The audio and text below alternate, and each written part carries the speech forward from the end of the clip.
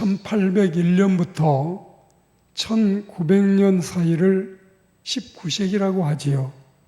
그러니까 지금으로부터 약 200년 전쯤이라고 보면 되겠지요. 무대는 저 유명한 신사의 나라 영국인데 두 가정이 함께 살고 있었다는군요. 한 집은 요나단 에드워드의 가정이고 다른 하나는 맥스 두크라는 집안이었어요. 이 두 가정 출발이 이렇게 되는 거예요. 자, 요나단 에드워드는 신앙심이 깊고 경건한 자매와 결혼을 해서 한 가문을 열어가게 됩니다. 두 청춘 남녀가 결혼을 하고 7대까지 내려왔는데 그러자면 지금 우리 시대와 거의 비슷해지지요. 그때 우리가 이영무 축구선수, 그는 그때 교회 집사였고 그의 큰형이 이영일 장로님이 우리 교회 장로님이었기 때문에 그 어머니 이제 칠순 예배를 드리던 일이 있었습니다.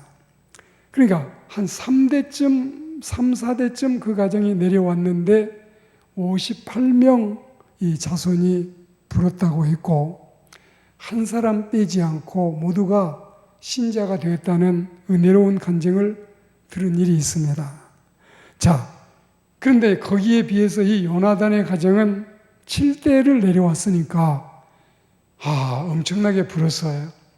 1394명의 자손이 탄생했습니다.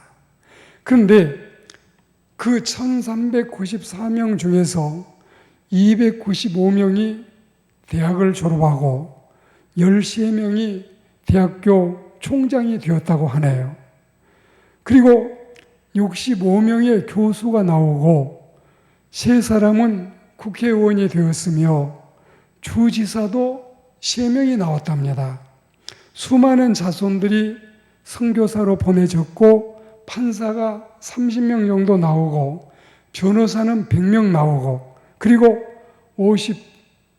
56명은 외과 의사가 되고 75명은 군대 장교로 복무하고 그리고 80명은 각계각층에서 공직을 맡은 사람들이 되고 3명은 시장이 되고 부통령도 1명이 나오고 그리고 1394명 가운데 1명도 비뚤게 나간 사람이 없었다는 겁니다.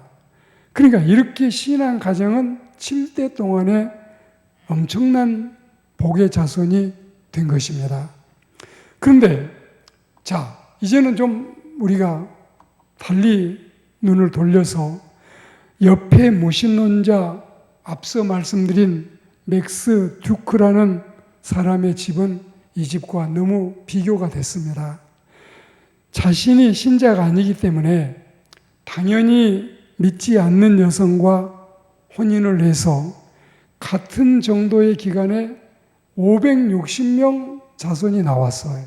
그러니까 성경 말씀대로 믿는 자의 가정은 자손도 더 번식을 하고 더 많은 숫자가 늘어나고 이렇게 경건하지 않는 가정은 한 3분의 1보다는 많지만 훨씬 더 적은 사람들이 태어나게 됐습니다. 벌써 아브라함의 후손이 생육하고 번성해서 어마어마해져서 하늘의 별, 바닷가의 모래알 같은 이 비유를 우리가 연상하면 당연히 이 지상에는 불신자보다는 믿는 신자의 가정에 자녀 생산이 더 많아져야 할 것은 말할 나위가 없습니다. 하나님의 백성들은 많은 자손들을 하나님의 축복 속에 이 세상에 나게 해야 경건한 사람이 이 세상에 많아지는 것입니다. 자, 다시 우리 이 맥스 두크 가정으로 돌아가서 자손이 많지 않는 560명 가운데 260명, 그러니까 거의 절반 가까이는 거지가 되고 160명은 범법자로 전과 기록을 가졌고 그 중에 7명은 사람을 죽인 살인자가 되어 있었습니다. 100명은 알코올 중독으로 폐인 상태에 있었고 게다가 여자는 절반 이상이 창기로 살아가고 있었던 것입니다. 그러니까 이 두 가정의 비교는 좀 너무 극단적이고 또 너무 비교가 크게 되는 사례이기도 하겠지만 우리가 예수님을 믿는 신자가 되고 하나님을 모르고 사는 불신자가 된다는 것이 당대뿐만 아니라 후대 자손들에게까지도 엄청나게 지대한 영향을 미친다는 사실을 알 수 있는 것은 틀림이 없습니다. 자, 여러분 출애굽기 20장 5절 6절 말씀을 보셔요. 까닭 없는 축복도 까닭 없는 저주도 없어요. 복받을 사람은 복받을 일을 했고 벌받을 사람들은 벌받을 잘못을 했던 것입니다. 이제 잘 안 된 집은 그만두고 잘된 가문을 우리가 생각해 보면 머슴살이 하던 사람이 예수 믿고 연세대학교 이 백낙준 총장이 되고 기업가가 되고 유명 스타가 되고 성직을 맡은 경우도 허다하게 많지요. 똑같은 시대를 살면서 똑같은 음식을 먹고 살아도 이렇게 달라지듯이 똑같은 이슬을 먹어도 서로가 다르지요. 이 이슬을 매미가 먹으면 그 입에서 아름다운 노래가 나오지요. 만일에 그 흉악한 독사 뱀이 이 이슬을 먹으면 그러면 입에서는 맹독이 나와요. 또 있어요. 꿀벌이 먹으면 이번에는 그 입에서 당꿀을 내놓는 거지요. 같은 시대에 살고 같은 세상에 살아도 동일한 백성이요 똑같은 서울 시민이라도 우리가 믿기를 정말 얼마나 잘했습니까? 안 믿는 가정에 나지 않고 믿는 가정에 낳고 또 불신 가정에 낳더라도 복음을 받아들여 예수교 신자가 됐으니 얼마나 우리 대박이 터진 겁니까? 여러분, 여기 신실하신 하나님의 약속된 말씀이 어떻습니까? 자, 22절에 보시면 주의 저주받은 자는 끊어져도 주의 복을 받은 자는 다르지요. 23절에 보면 여호와는 사람의 걸음을 정하시고 그의 길을 기뻐하신다고 했지요. 그리고 24절에 보면 그는 넘어져도 괜찮아요. 왜냐? 하나님이 그를 붙들고 계시기 때문에 그렇습니다. 그리고 25절에 보시면 하나님의 영감을 받은 시인 다윗의 관찰 결과를 보면 유년 시절부터 노년까지 내가 어려서부터 늙기까지 의인이 버림을 당하거나 그의 자손이 구걸하고 동냥하고 걸시감을 본 적이 없다. 놀랍지요? 그리고 26절에 보시면 의인들이 종일 베푸는 일을 하고 나누는 일을 하니 그의 자손은 당연히 복을 받고 살지 않겠느냐. 당연한 거지요. 그리고 27절에 우리도 악에서 떠나 선을 힘쓰고 살아야 되겠습니다. 그리하면 영원히 사는 복이 우리에게 있습니다. 28절에 정의로운 하나님은 은혜로 우리를 보호하시고 또 우리는 그 보호를 받고 악인의 자손은 끊어지는 것입니다. 29절에 의인이 땅을 차지하고 거기서 영원히 산다는 말씀, 30절에는 의인의 입은 지혜롭고 그 혀는 정의롭다는 말씀, 그리고 31절에 그 마음에 하나님의 법이 있으니 그 걸음은 흔들리지 않는다. 자, 이와 같이 분명하고 확고한 하나님의 보장이 있기 때문에 요나단의 가정이 저러하고 그 가정뿐만이 아니라 우리의 가정과 다른 신앙인의 가정도 저와 같다는 사실을 우리는 확실히 알고 믿습니다. 특히 시편 37편은 의인과 악인의 가문과 자손의 종말을 우리에게 알리고 있습니다. 전반부는 의인과 악인의 대조적인 삶의 모습이 예시되어 있고, 후반부는 아예 의인들의 가정, 가문, 자손의 번영을 말씀하고 있습니다. 그러니 잠시 동안 의인들에게 고통과 연단이 설령 있다고 하여도, 그리고 이번에는 정반대로 악인들에게 잠시간 형통이 있은들, 성공이 있은들, 그렇다고 하여도 이런 일들 때문에 불평하지도 말고 낙심해서도 안 되는 것입니다.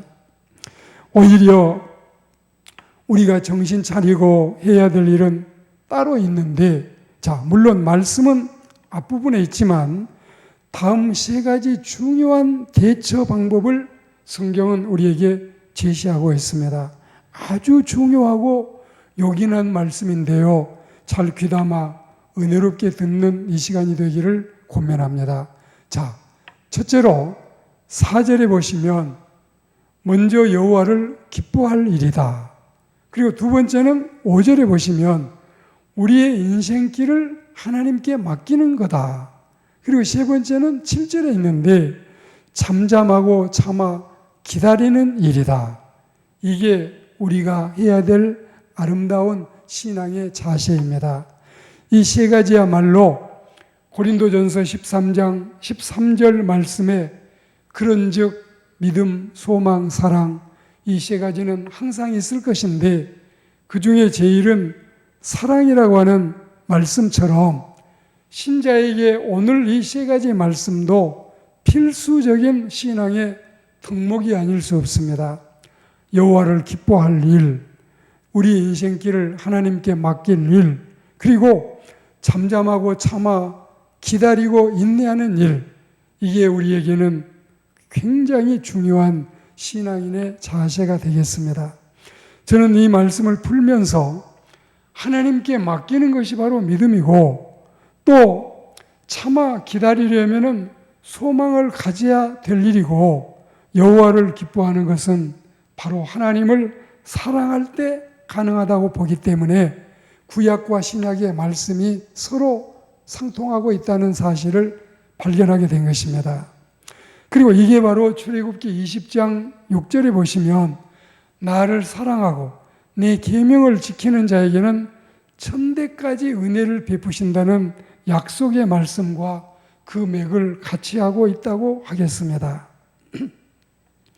여러분이 기뻐하라, 이 히브리어 아나그는 부드럽다, 유연하다, 즐거워한다, 이런 뜻인데 그 본뜻은 여호와 우리 하나님으로 인해서 마음이 부드러워지고 또 기쁘게 된다는 말씀입니다. 그리고 해석 중에는 두 가지 해석이 더 제공되고 있는데, 하나님을 내 하나님으로 모시기 위해서, 하나님을 내 하나님으로 차지하기 위해서 겪은 분투 이후에 그 후에 오는 기쁨과 희열을 말하기도 하고, 또 하나는 나 자신이 하나님에 의해서 결정되어지는 것을 허락한다로 보는 경우입니다. 다시 말해서 우리가 이 물질적인 어떤 것을 포기하면서까지 하나님 한 분만으로 만족해야 하고 하나님으로 인해서 기쁨을 발견하는 삶을 살 것을 권고하는 은혜로운 해석이 오늘 이 성경의 해석인 것입니다. 우리는 이렇게 하나님 자체만으로도 기뻐하고 하나님으로 인해서 기뻐하고 또 하나님 때문에 기쁘게 살다 보면 내 자신에게도 충만한 기쁨이 다가오게 되는 것입니다. 주께서 내 마음에 두시는 기쁨은 저희의 곡식과 새 포도주에 풍성할 때보다 더합니다. 내가 평안히 눕고 자기도 하리니 나를 안전히 거하게 하시는 분은 오직 하나님밖에 없습니다. 이런 신실한 성경의 약속이 우리의 신앙의 간증이 되기를 권면하는 바입니다. 이번에는 너희의 길을 여호와께 맡기라는 말씀에 대한 해석을 드리겠습니다.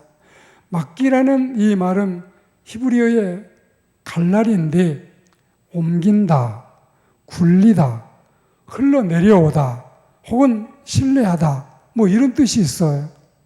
그러니까 우리 인생길 앞날을 하나님께 옮겨드리고 굴러 넘겨드리고 하나님께 맡겨버리고 신뢰해버리는 것입니다.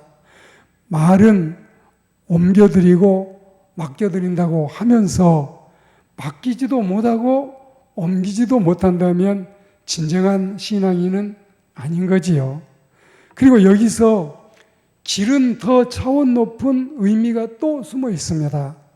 우리는 원래 내 인생의 길, 내 인생의 짐, 내 인생의 일, 이런 것들을 다 하나님께 맡겨야 되는데, 길은 삶의 모든 여정을 포함하고 있고, 그뿐만이 아니라 그 삶의 여정에 영향을 미칠 수 있는 것, 삶의 장래 계획이나 삶을 살기 위한 구체적인 행동들, 심지어는 그 생애 계획에 따르는 이슈들이나 결과들까지 다 내포시켜서 총망라하는 것이라는 사실입니다. 내 육체, 그리고 내 생명, 내 영혼, 내 인생의 전반적인 모든 것들을 송두리째 하나님께 맡겨버리는 것입니다. 이게 바로 믿음이에요. 이게 바로 믿음이에요. 그렇게 맡기면 그런 자의 믿음대로 하나님이 다 이루어 주십니다. 자, 잠잠하고 참아 기다리라.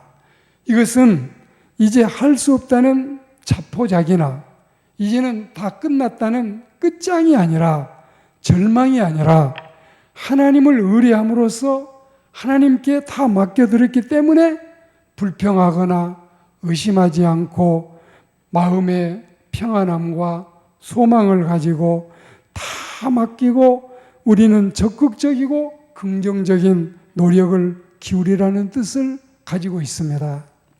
하나님께 맡긴다고 다 맡기고 났는데 하나님의 시간표대로, 하나님의 예정표대로, 하나님의 때에 맞춰 잘 되어가고 있는데 인간 편에서 조급증이 발동해서 참고 기다리지 못하고 낙심하고 때를 쓰고 원망하고 불평한다면 이거는 여러분, 우리가 가질 태도는 절대로 아닌 것입니다.